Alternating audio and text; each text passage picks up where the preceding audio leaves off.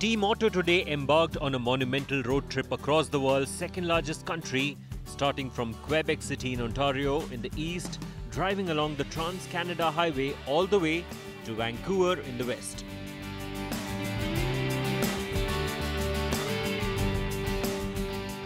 So far, we have covered Montreal, Ottawa and Toronto, been to the top of the iconic CN Tower and taken a trip to check out the mighty Niagara Falls, ending the first half of our journey in Winnipeg. Thousands of kilometers covered, but thousands more to go. We pick up where we left off. So starting from Quebec City in the east, we're slowly making our way towards the western part of Canada. Right now we're almost in the middle. This is Winnipeg in Manitoba. This is the capital of the province. We're here in Assiniboine Park, one of the main attractions of this place. This specifically is the Leo Mall Gallery. It's full of bronze sculptures by the famous artists, and it's a perfect place to walk around, chill around and appreciate some art if you're inclined that way.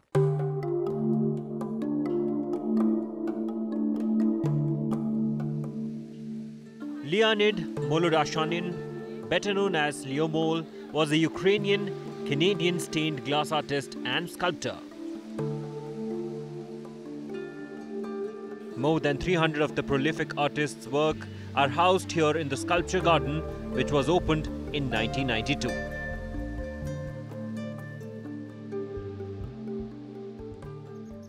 It's really cold here in Winnipeg today. It's around -13 right now. When we got up in the morning, it was around -16.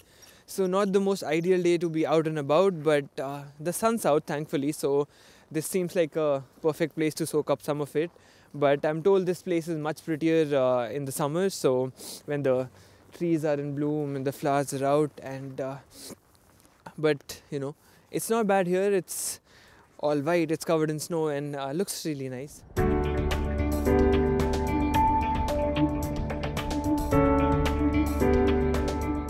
Known as the gateway to the west, Winnipeg is close to the longitudinal center of North America. Among the city's most famous landmarks is the Manitoba Legislative Building. Sitting atop the domed ceiling is the famous Golden Boy statue, officially called Eternal Youth.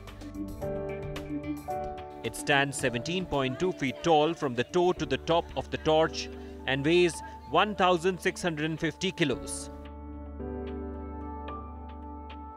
It was modelled after the 16th century sculpture of the Roman messenger god of trade, profit and commerce, Mercury.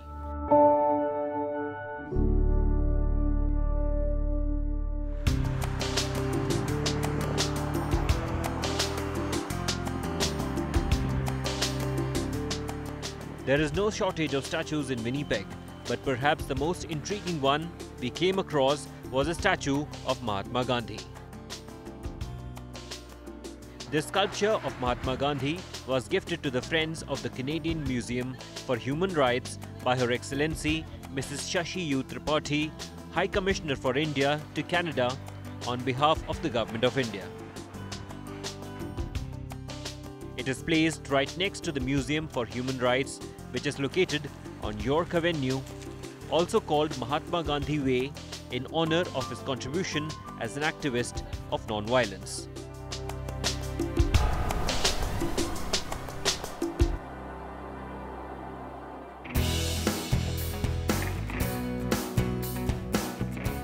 From one capital city to another, we got back onto the Trans-Canada Highway on our way to Regina, Saskatchewan. It was here that we saw what is possibly the most exquisite sunrise we have ever laid our eyes on. The colors of the sky were straight out of a painting, adding a beautiful contrast to the all-white landscape, courtesy the frozen Wascana Lake.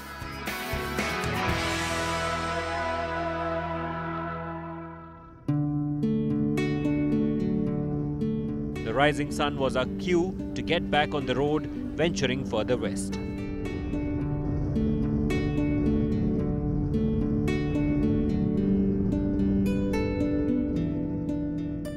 Our next stop was Banff in Alberta, nestled in the Canadian Rockies.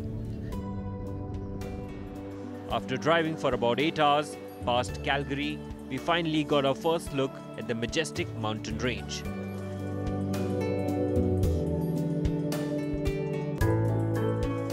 The Rocky Mountains, also known as the Rockies, are a major mountain range in North America, stretching for more than 4,800 kilometers from the northmost part of British Columbia in western Canada to New Mexico in the southwestern United States.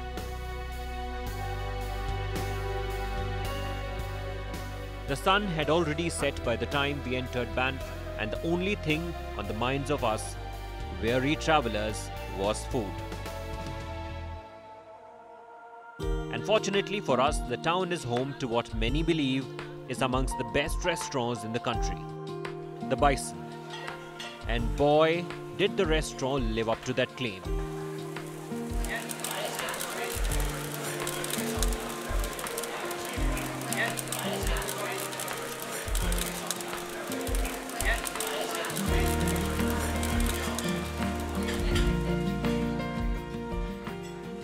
We got to sample some of their most scrumptious dishes.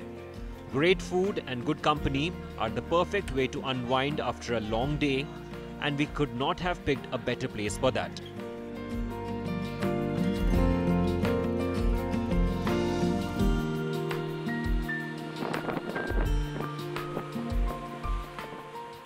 The next morning we set out to explore Banff National Park and everything that makes this place a huge draw for tourists.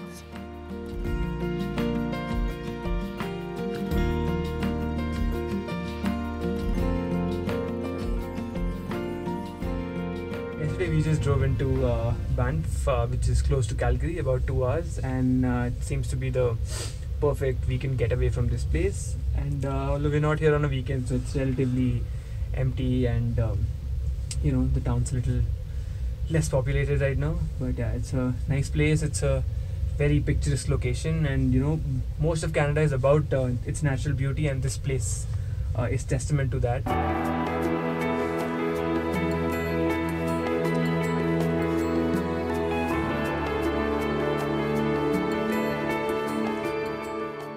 The views afforded by the vantage point atop the mountain are simply breathtaking and worth braving the chilly winds for. While the weather may have kept us from getting a clearer view of the Rockies, Banff was clearly visible with the Bow River flowing through the city. Now we know, we keep saying how we could just stand in one place forever admiring the view, but we can't help it because there's just so much natural beauty packed into every inch of this space.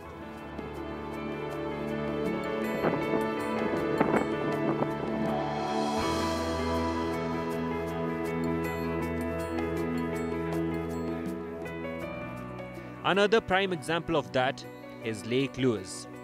Although frozen this time of the year, the landscape is beautiful enough to hold your attention, and it sure held ours until it was time to get going again.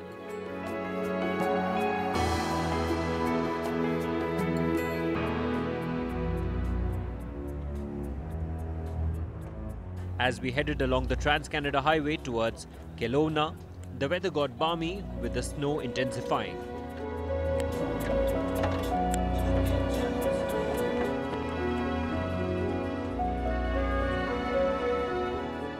Winding through the mountains, this section of the route is prone to avalanche, and in fact, we encountered one too.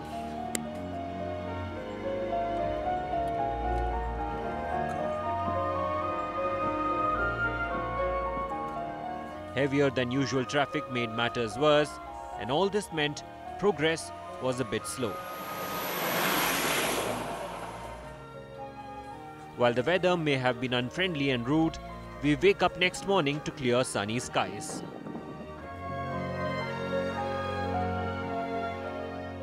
Perfect setting to hike up Knox Mountain Park.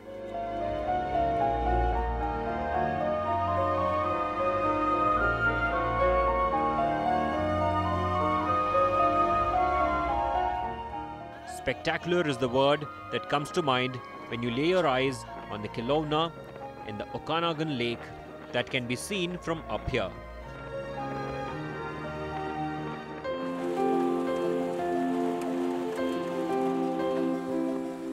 Next on the agenda was Whistler. They say it's not the destination but the journey. And the route that our next destination served up echoes this idea quite well. Veering off the Trans-Canada Highway, the roads led us through Canada's amazing countryside and settlements of the Aboriginals.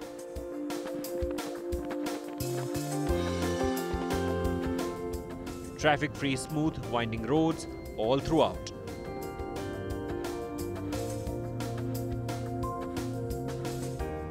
These were the kind that can fill anyone's hearts and not just the driving enthusiasts with joy.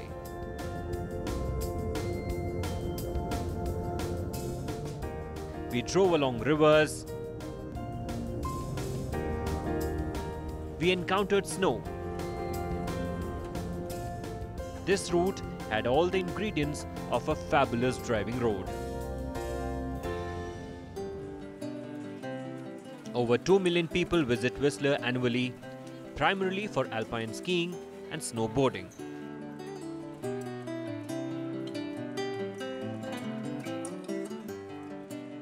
The town was the host of 2010 Winter Olympics surfing.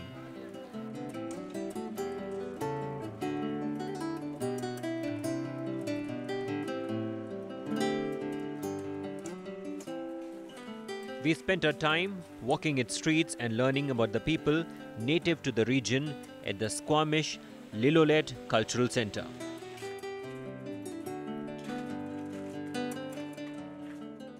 We learned about their ways, the significance of cedar trees in their culture, and even tried making ropes using cedar barks.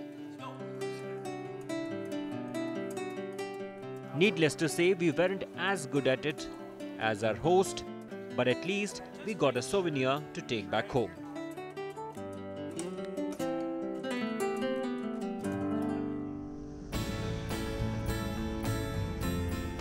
Whistler turned out to be the last time we saw snow as we approached Vancouver, and with it, the end of our Trans-Canada expedition.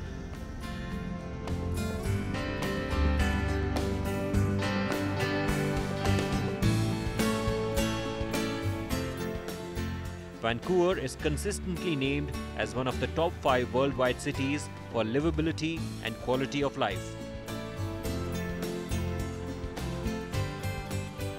And it is not difficult to fall in love with the place, its streets, its buildings, its spirit. So we've made it. Our epic Trans-Canada drive comes to an end here on the western coast in Vancouver. Over the past few weeks, we've seen some mesmerizing sights, we've traveled on some breathtaking roads, and we've gotten a glimpse of Canada and its warm hospitality. We do wish we could have stayed longer because there's just so much more to see, so much more to experience in this place, but unfortunately this has to come to an end, and until next time, see you. What a journey it has been.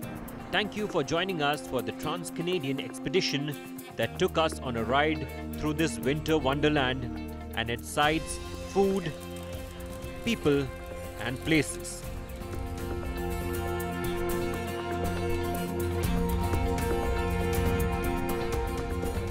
We'll be back with more amazing road trips, but until next time, it's goodbye from us.